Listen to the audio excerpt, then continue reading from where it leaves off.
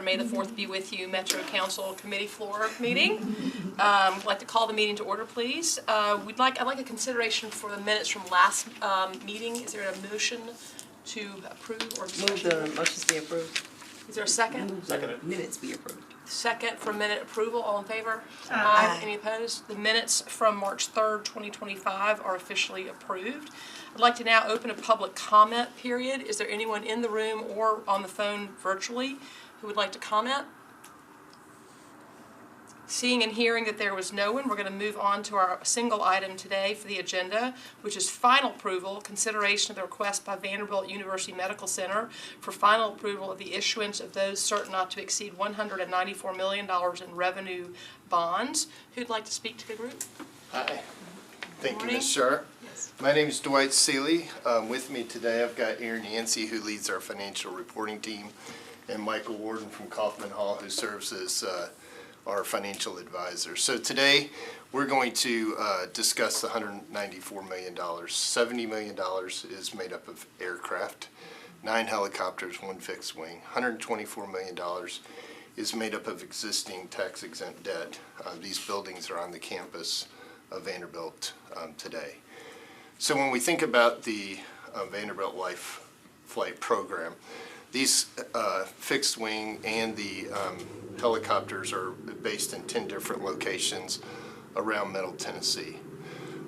We will have over 4,000 flights a year throughout Middle Tennessee that come not only to Vanderbilt University Medical Center, but also to other hospitals that patients are transported. Since 1984, there's been 85,000 patients that have been transported without one fatality or even one air accident. So a great reputation. When I think about the Vanderbilt Life Flight Program, currently our contract is with Air Methods. Air Methods, that contract expires in April of 2026. That contract today, the way it's based is they pretty much run it from soup to bolts, right? It's everything. They do the billing, they do the collecting. And what Vanderbilt University Medical Center really wants to do is they want to bring that program back in-house and fully operate it. And that's the purchase of the $70 million in aircraft. From a financial perspective, you will notice in the presentation, it slightly increases our fixed-to-float mix from about 13% float to 16%. It's very manageable.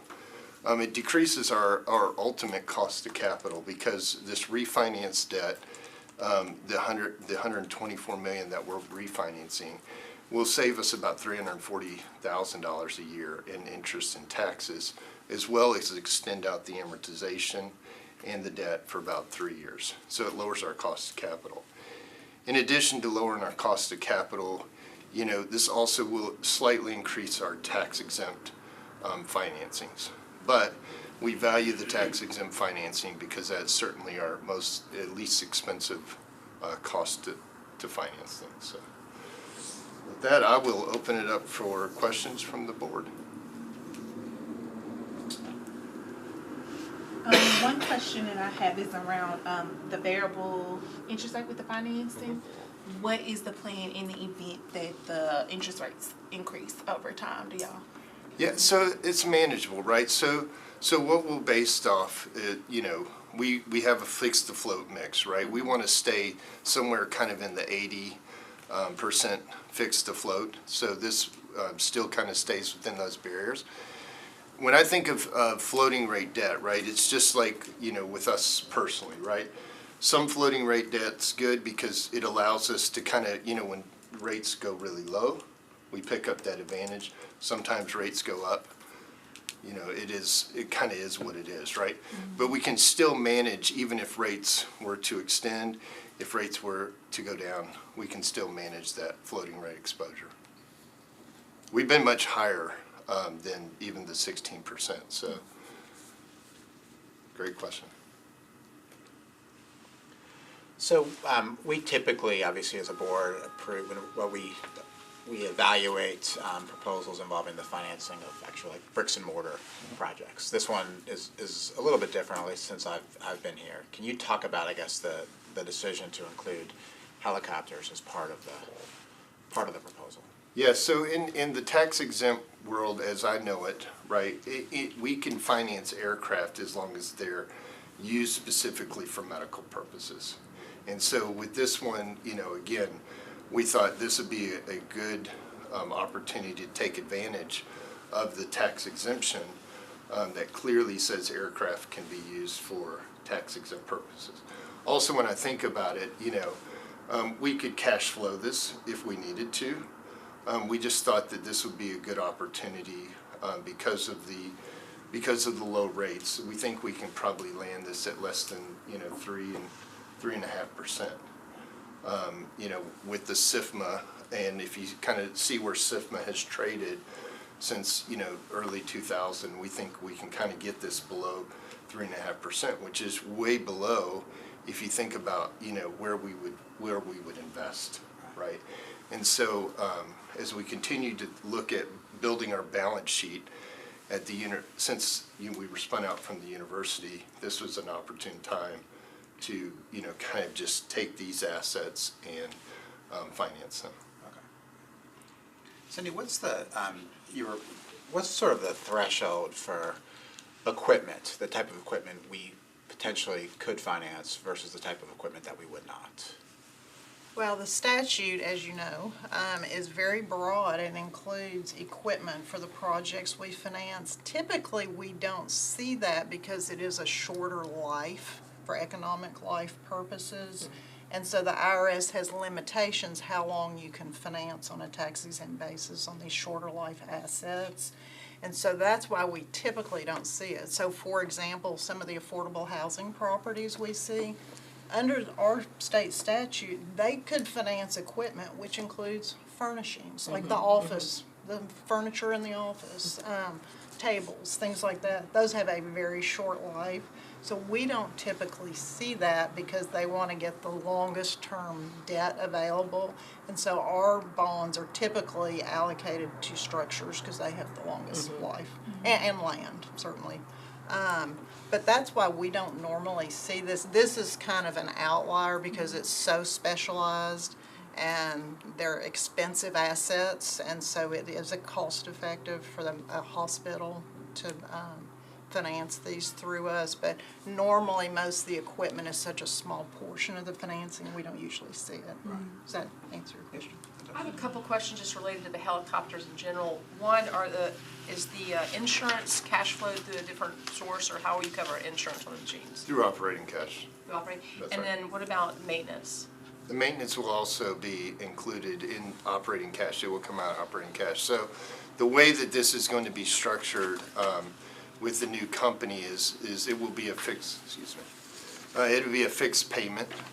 What that includes, if you think about it, the company that we're going to contract with they'll own the pilots, they'll fly the planes, they'll do all the service for us for a fixed fee. Fixed fee plus however many hours the pilots are flying will be kind of the variable cost. So the only thing that's changed is the ownership of the machine itself, No. outsourcing. It is the ownership of the machines, that is correct. So we'll own the assets. And again, we will, just as before, the clinicians, right, the medical team inside the helicopter is our employees already. They'll remain in there. What will be different this time is the ownership, and we will also take in the billing and collecting. So today, Air Methods is the current vendor, bills and collects. So if you were to fly on one of the copters today, you would get a bill from Air Methods. In the future, it would be through Vanderbilt University Medical Center. And you said that would save you $340,000 annually in interest? Just the refinancing of the $124 million. And then what about the difference in the outsourced cost versus bringing it in-house? We think it will be like EBITDA positive to us. Yeah, in our pro formas, it's going to be beneficial to the medical center. Thank you. Yeah. I have a couple follow-up questions. One is, what's with the Air Method fleets, or are we replacing it, or what's going to happen with the current fleet of helicopters? Yeah, it's a great question. So the current air methods, which is where the helicopters are owned by today, when the contract expires, Okay. they'll own those Those aircraft. income. With And- the cycles. And then my second question is, what's the typical life cycle of the helicopters that you all are looking at? Sure. So from an IRS perspective, the typical life in IRS and tax exempt land would be 7 years. So the way we structure the debt is there's a put on 7 years. And then throughout that 7 years, we will amortize almost 65% of the assets in that bond, which is really for us to get to the end of 7 years and say, if we decided on that particular bond, that we could pull these assets out of tax exempt and not have to worry about it. Yep. Different than like the structures, right? You know, the structures have 40-plus year lives on them. Any other questions? I just have a comment. So I am personally not going to vote against this, but I just think in general, I think we should be wary about funding equipment that's not going to last. I mean, obviously, when we vote for the financing of projects, presumably those are going to last for decades and decades, right? This is different. This is just, these helicopters are going to be fully de-amortized within 7 years. Now, having said that, it's really hard to think of something that's more important than helicopters for VUMC, so that's why I'm going to vote for it. But gosh, in other contexts, I don't think I'd be in favor of it. So. Any other comments? Because we have a Zoom caller here, I'd like to read the public hearing opening just so it's very clear. I'll now open the meeting for a public hearing regarding the request of Vanderbilt University Medical Center. The public hearing notice was published in the Tennessean and the local newspaper where each of the aircraft are to be located. Is there anyone present who wishes to comment? Neither seeing nor hearing that. Is there anyone on the phone that wishes to comment? Not hearing that, let the record reflect that no one appeared at this hearing to comment. No written comments were submitted to the board's counsel. The public hearing is now concluded. Being that we've done that, are there any other additional comments from the board? Questions?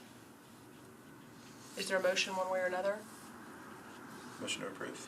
Yes, approved. Second? I second. Second. All in favor? Aye. Any opposed? Done.